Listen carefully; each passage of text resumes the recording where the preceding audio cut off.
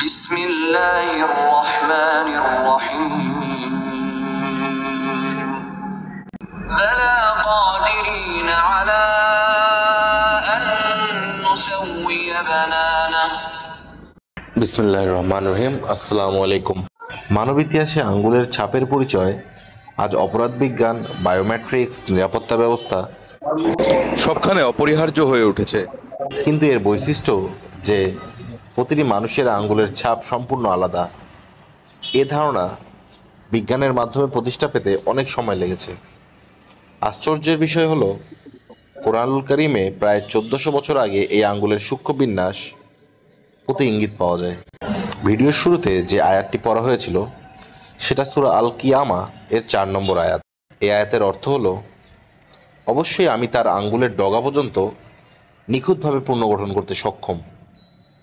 এখানে বানান শব্দের অর্থ হলো আঙ্গুলের ডগা বা ফিঙ্গার টিপস। মুফাসসিরগণ বলেন, এ শব্দ শুধু আঙ্গুল নয়, এর সূক্ষ্ম গঠনকেও ইঙ্গিত করে।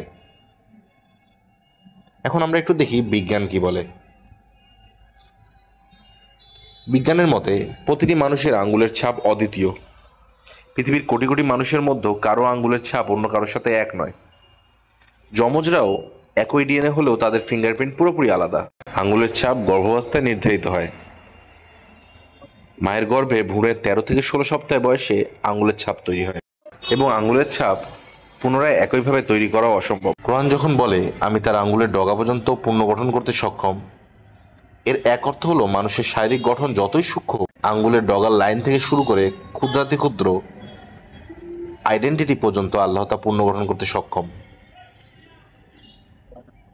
মানুষের পরিচয়ে সূক্ষ্মতম বৈশিষ্ট্য হচ্ছে ফিঙ্গারপ্রিন্ট। কোরআন আঙ্গুলের ডগার কথা উল্লেখ করে, যা মানুষের আইডেন্টিটি এর মূল কেন্দ্র। 1900 শতকের বিজ্ঞানীরা আঙ্গুলের ছাপকে পরিচয় নির্ধারণের জন্য ব্যবহার শুরু করেন। এর বহু আগেই কোরআন আঙ্গুলের ডগাকে মানবদেহের একটি বৈশিষ্ট্য হিসেবে তুলে ধরে। এটি বৈজ্ঞানিক ব্যাখ্যার সঙ্গে সরাসরি পূর্বাভাস নয়, বরং অসাধারণ সামঞ্জস্য। আঙ্গুলের ছাপ সম্পর্কে কোরআনের ইঙ্গিত একটি ধর্মীয় বক্তব্য হলেও তা আধুনিক বিজ্ঞান আবিষ্কারের সঙ্গে বিস্ময়করভাবে সামঞ্জস্যপূর্ণ। এটি কোরআনের বৈজ্ঞানিক বই হয়ে যাওয়া নয়, বরং মানব সৃষ্টির সূক্ষ্মতা ও আল্লাহর সৃষ্টি শক্তির গভীরতা তুলে ধরে। ধন্যবাদ সবাইকে।